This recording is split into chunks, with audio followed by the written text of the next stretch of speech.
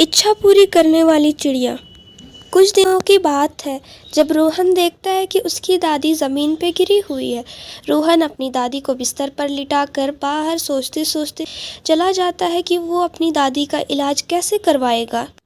Table पर जाकर रोहन बैठ जाता है और सोचता है कि इलाज कैसे करवाया जाए। इतने ही में तांत्रिक प्रकट होता है और कहता है कि मुझे पता है तुम्हारी परेशानी की, तुम्हें क्या दिक्कतें आ रही है। मैं तुम्हें एक चिड़िया देता हूँ जिससे तुम अपनी सारी इच्छाएं पूरी कर सकते हो, लेकिन इसका गलत काम मत करना। और तांत्रिक इसे एक चिड़िया देता है जो दिखने में बहुत ही प्यारी होती है। और तांत्रिक चिड़िया को देखकर गायब हो जाता है। चिड़िया को अपने पीछे आने को कहकर रोहन चलने लगता है और चिड़िया साथ में उड़कर उसके पीछे आती है। अपने घर जाकर देखता है रोहन कि पहले की जैसी उसकी कुटिया वैसा ही है जैसे पहले हुआ करती थी। रोहन उदास होकर आगे बढ़ने लगता है। अचानक से देखता है ये क्या हुआ उन लोगों के साथ। फिर चिड़िया कहती है कि उदास देखकर सारा सामान सब कुछ को ठीक कर दिया। बहुत शुक्रिया तुम्हारा ये सब चीज़ों को सही करने के लिए और मुझे इतना अच्छा घर देने के लिए। ये जो पीछे खड़ी है ये मेरी दादी है। बहुत शुक्रिया चिड़िया जी, आपने जो हमारी मदद की, आपके लिए बहुत बहुत शुक्रिया। बात करते करते कहते हैं चलो पूरा घर घूमते हैं। फिर ये लोग आते हैं दूसरे रूम में जहाँ इस सोफ़ा और भी सारी चीज़ें थी। इस दादी को ये रूम बहुत ज़्यादा पसंद आता है। रोहन खुश होकर दौड़कर बाहर खेलने के लिए चला जाता है और दादी भी अंदर चली जाती है।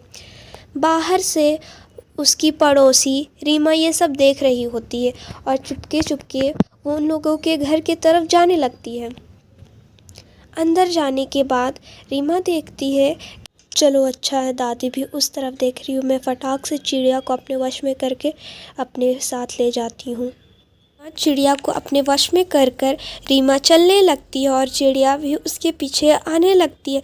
रीमा जल्दी जल्दी बाहर निकल जाती है और साथ साथ चिड़िया भी उसके साथ आ जाती है। रीमा अपने घर की तरफ दौड़ती हुई जाती है और अपने घर के अंदर आने के बाद कहती है कि जो भी तुमने उन लोगों को दिया है वो सब मुझे अभी के अभी जल्दी दो।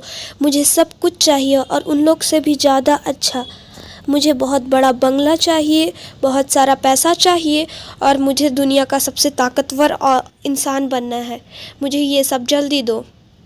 अचानक से रीमा देखती है कि उसका प्यारा सा घर एक कुटिया में बदल चुका है। जो पहले रामलोक के पास था वो रीमा को मिल चुका है। रीमा फूट फूट कर रोने लगती है और बहुत रोती है। फिर रीमा कहती क्या कर दिया तुमने, मैंने तो तुमसे बहुत सारा पैसा और।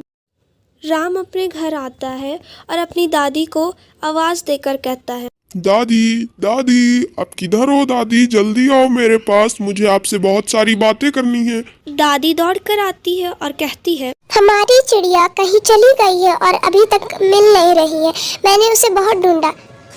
राम दौड़कर बाहर जाता है और साथ साथ उसकी दादी भी दौड़कर बाहर जाने लगती है।